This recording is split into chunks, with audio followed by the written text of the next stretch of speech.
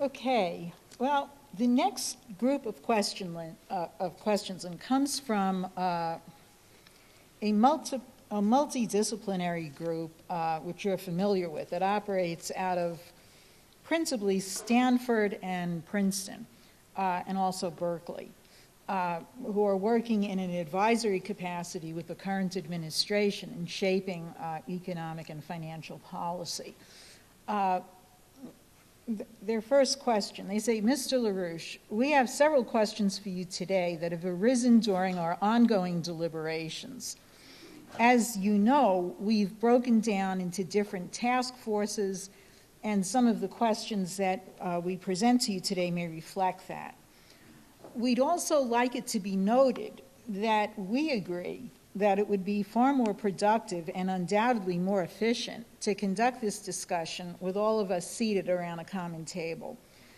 It's our current understanding that there are certain political obstacles to that happening, but that steps are being taken to resolve them, and so we're hopeful that they will soon be resolved. But in the interim, we do have questions that we'd like you to address.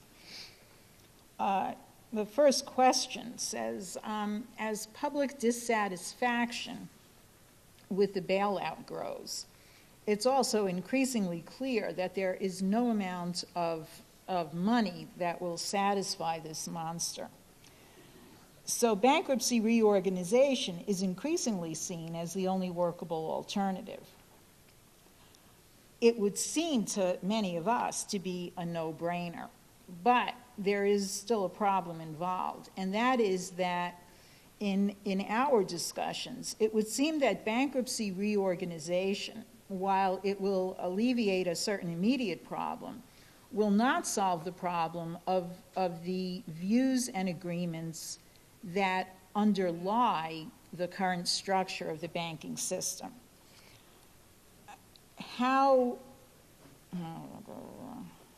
I'm not going to read this whole thing, it's just too long.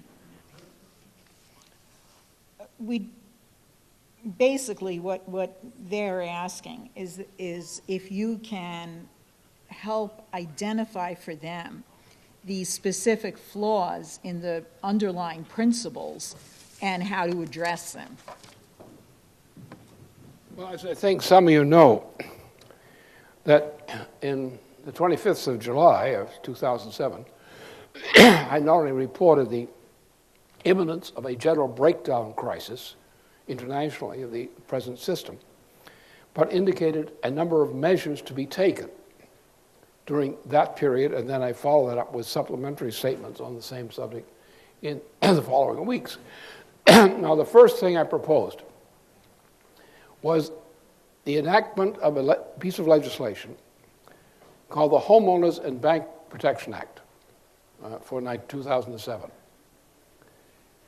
I also indicated at a later point, this point, a few weeks later, the 4% interest rate for regular banking loans and a lower rate on a government project, 1.5% to 2%. And also to ensure that banks which were in trouble, but which were chartered banks, not the speculative banks like the Wall Street banks, but the chartered banks, the ones that have deposits in them and do all this local thing on the federal level and state level. These banks be protected. And these banks be put under bankruptcy protection in order to continue their essential function in the community, and we would work with them to try to work their way out of the bankrupt condition. The same thing for the homeowner. So the idea was we're going to keep people in their homes if they are, and we're not going to let them be thrown out. We're going to find arrangements to keep them in their homes until we can resolve this bankruptcy problem. And secondly, we're going to protect the chartered banks of the state and federal banks of the United States.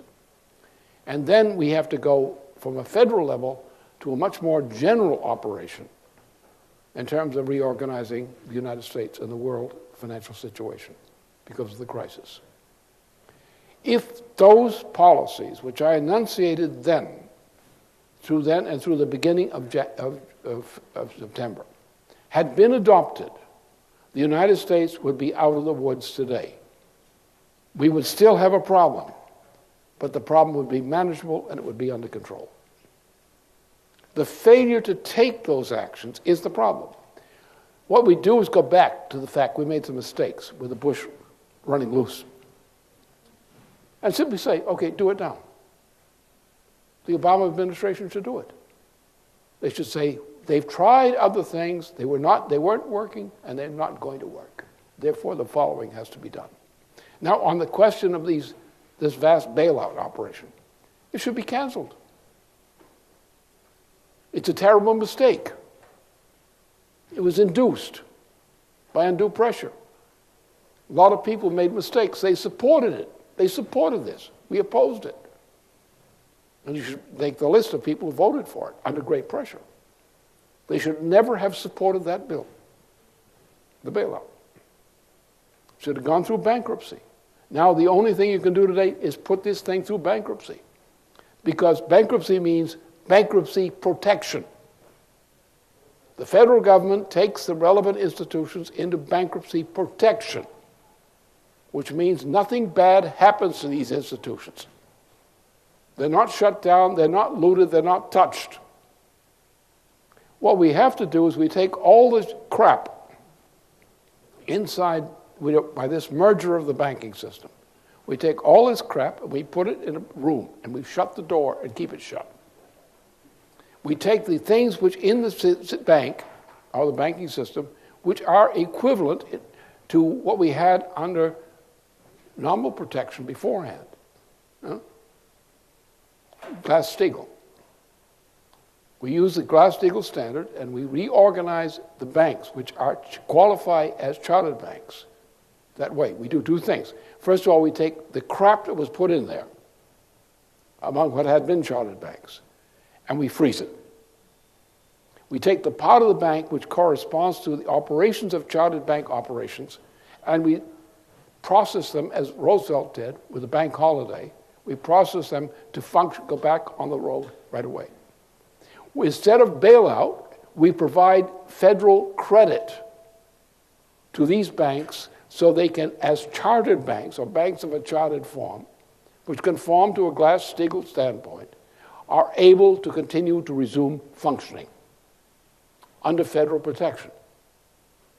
Thus, we try to take the viable part of the U.S. economy, get it functioning again. Just a normal way. You've got a structure. You've got communities. You've got banks in a community. Now they're worse off than they were before. With all the measures they've taken, have made the thing a mess.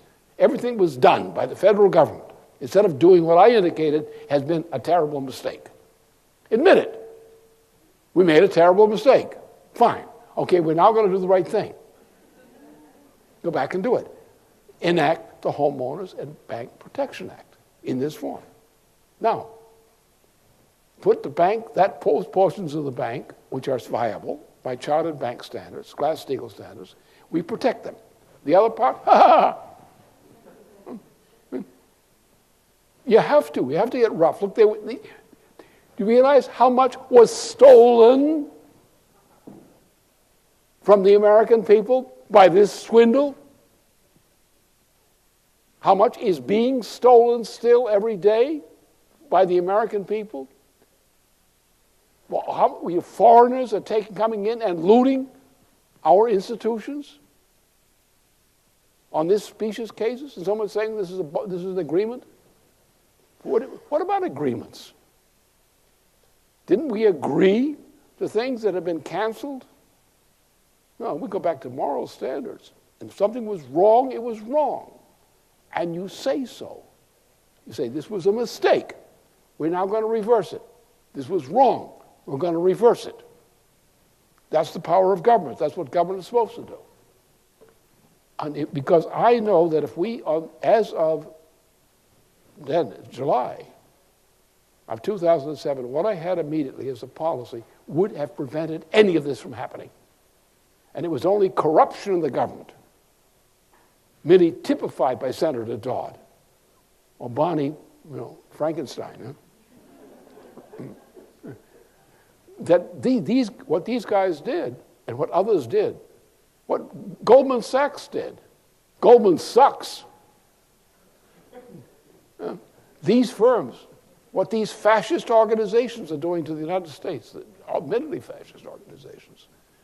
No, you use the power of government, the sovereignty of government. Now this is a tricky area because remember, from 1936 to 1938, Franklin Roosevelt was under real pressure to shut down the revival of the U.S. economy.